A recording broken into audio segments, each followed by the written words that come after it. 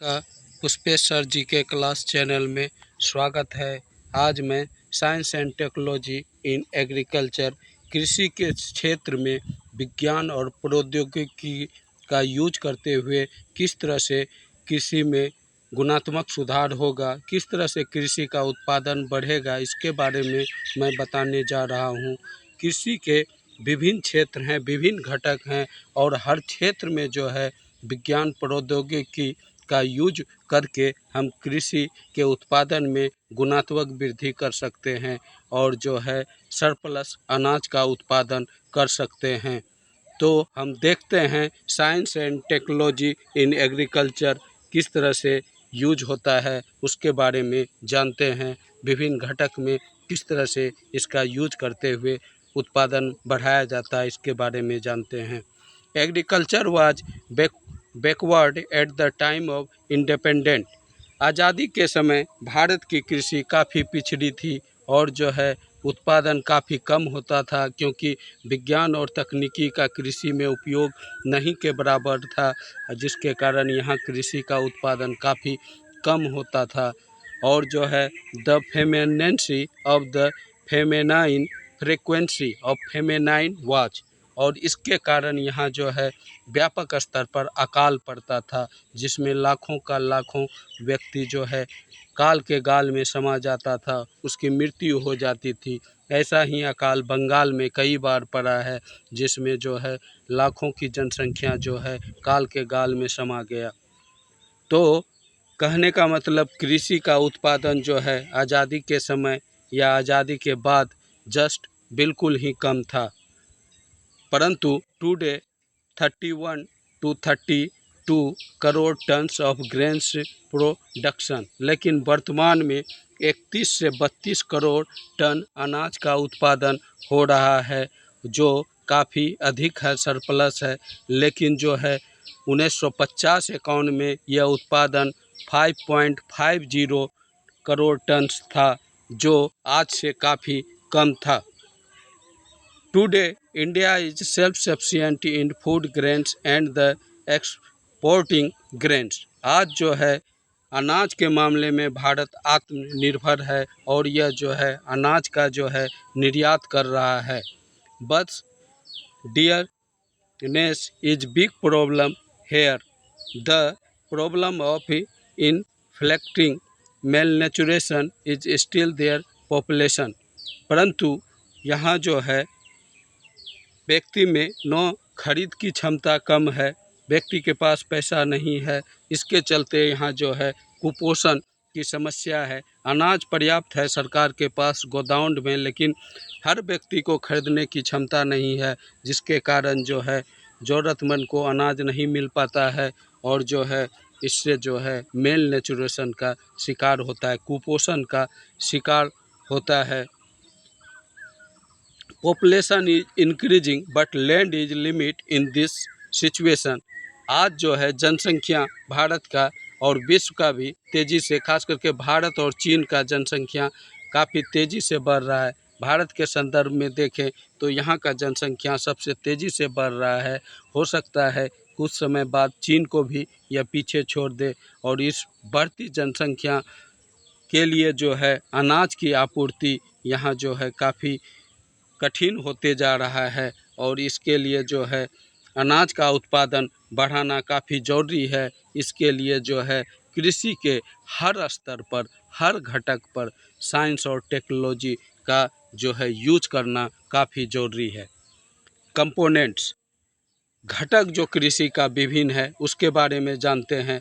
पहला घटक है सॉइल यानी कि मिट्टी, दूसरा है सीड बीज, तीसरा है फर्टिलाइज़र और चौथा है पेस्टिसाइड्स यानी कि उर्वरक, कीटनाशक, मशीन एंड इरिगेशन और जो है सिंचाई। ये सब जो है मुख्य घटक है कृषि का। इन घटक में विज्ञान और तकनीकी का उपयोग करते हुए उत्पादन को काफ़ी बढ़ाया जा सकता है। जैसे आज मैं बताने जा रहा हूँ सिर्फ एक घटक के बारे में, वह है सॉइल मतलब मिट्टी, मृदा में सुधार करके जो है किस तरह से कृषि का उत्पादन बढ़ाया जा सकता है। और दूसरे चीज़ के बारे में मैं कल के क्लास में चर्चा करूंगा, जैसे कि seeds, fertiliser, pesticide, machine, irrigation, इसमें विज्ञान तकनीकी का यूज करते हुए कैसे उत्पादन बढ़ाया जाए। तो आज एक ही कंपोनेंट यानी सॉइल के बारे में मैं बताने जा रहा हूँ। इसमें विज्ञान और तकनीकी का यूज करते हुए इसके जो है कंपोजिशन में किस तरह से सुधार किया जा सकता है और किस तरह से इसमें जो है अधिक से अधिक फसल का उत्पादन किया जा सकता है, किस तरह से इसमें सुधार किया जाए। Soil, this is main basic of agriculture. मिट्टी जो है कृषि का आधार है। Therefore the success of agriculture, the solution of the problem related to soil is essential. और जो है कृषि में यदि अधिक उत्पादन करना है तो मिट्टी से जुड़ी हुई समस्या का समाधान करना बहुत ज़रूरी है। और जो है इस क्रम में जो है इंक्रीज इन सॉइल एसिडिटी, और इस क्रम में दो सुधार पर हम जो है बात करेंगे। जैसे कि मिट्टी में यदि अम्लता बढ़ जाए तो उस स्थिति में उसमें सुधार कैसे किया जाए। इंक्रीज इन सॉइल एसिडिटी, यानी कि मिट्टी में अम्लता बढ़ने पर due to acid rain and use of acidic fertiliser etc। मतलब क्या, मिट्टी में जो आज अम्लता बढ़ रही है इसका कारण है एसिड रेन और जो है एसिडिक फर्टिलाइज़र जो यूज होता है कृषि में, उसके कारण जो है मिट्टी अम्लीय हो रहा है। और जो है इसका इफ़ेक्ट क्या होता है, मिट्टी जब अम्लीय होता है तो इसका इफ़ेक्ट जानते हैं। Has a negative impact on the plants ability to absorb nutrition. इसमें क्या होता है कि यदि अम्लीय मृदा होगा तो उसमें प्लांट में जो है अवशोषण की जो पोषण तत्व जो है प्लांट मिट्टी से ग्रहण करेगा, वह जो है उसकी एबिलिटी जो है पोषण तत्व ग्रहण करने की यानी सोखने की, एब्जॉर्ब करने की घट जाती है।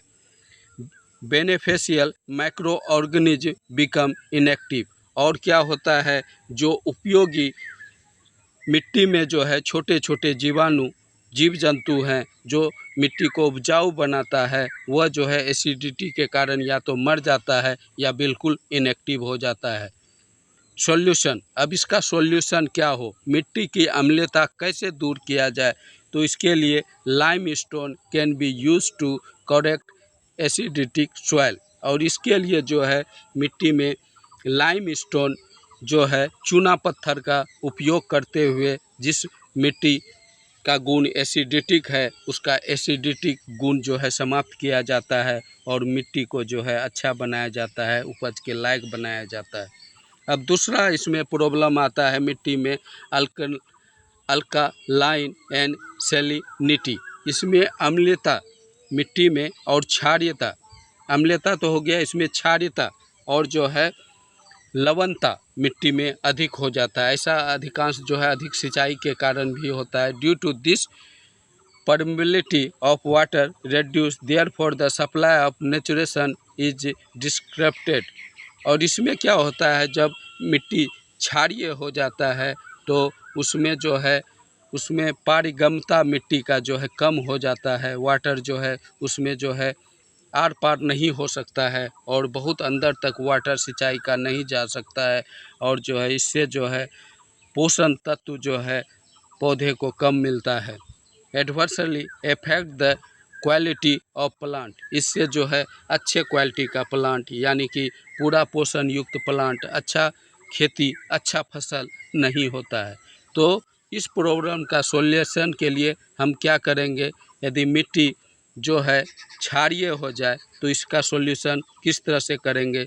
The solution to this problem is sulphur, gypsum, sulphuric oxide are use with irrigation. इस समस्या के समाधान के लिए सिंचाई के साथ जो है मिट्टी में जो सिंचाई होगा उसमें सल्फर, जिप्सम, सल्फ्यूरिक एसिड जो है उसमें जो है छिड़का जाएगा, जिससे जो है फसल का जो है क्षारीयता दूर होगा और जो है मिट्टी का क्षारीयता दूर होगा और मिट्टी अच्छे फसल के उत्पादन के अनुकूल हो जाएगा। Further problem is cutting of tree and soil erosion due to rainfall and the temperature. और जो है तीसरा प्रॉब्लम मिट्टी से जुड़ा यह है कि पेड़ जो है लगातार कट रहा है, जिससे मिट्टी में ह्यूमस कम मिलता है और जो है मिट्टी का कटाव अधिक होता है, जिससे जो है जैसे कि हवा पानी से और जो है उपजाऊ परत मिट्टी का बह जाता है और जो है सॉइल जो है इरोशन हो जाता है, उसका क्षरण हो जाता है और जो है अधिक वर्षा के कारण भी क्षरण होता है और अधिक तापमान के कारण भी जो है मिट्टी का क्षरण होता है। और इन समस्या के समाधान के लिए हमको करना होगा कि अधिक से अधिक जो है पेड़ लगाना होगा। अब जो है क्रॉप रोटेशन विधि अपनाना होगा, यानी कि एक फसल के बाद दूसरे फसल, जैसे कि यदि धान्य फसल यानी कि चावल गेहूँ लगाने के बाद जो है खेत में जो है चना का या जो है दलहन का, मटर, ये सब का फसल लगाना होगा, ताकि जो है नाइट्रोजन जो है मिट्टी में फिक्स हो सके और जो है पौधे को नाइट्रोजन मिल सके। और जो है तीसरा है लेडर फार्मिंग, सीढ़ी नुमा पहाड़ी जगह में खेत बनाना होगा, जिससे मिट्टी का कटाव कम हो और अधिक से अधिक उत्पादन हो। 100 क्रॉप्स अकॉर्डिंग टू सॉइल, और मिट्टी के अनुकूल फसल को लगाना होगा। इस तरह से मिट्टी में सुधार करके, मृदा में सुधार करके जो है फसल के उत्पादन को, यानी कि मृदा में साइंस और टेक्नोलॉजी का यूज करते हुए फसल के उत्पादन को बढ़ाया जाएगा, मृदा को जो है उपजाऊ बनाया जाएगा। ओके गाइज, आज इतना ही।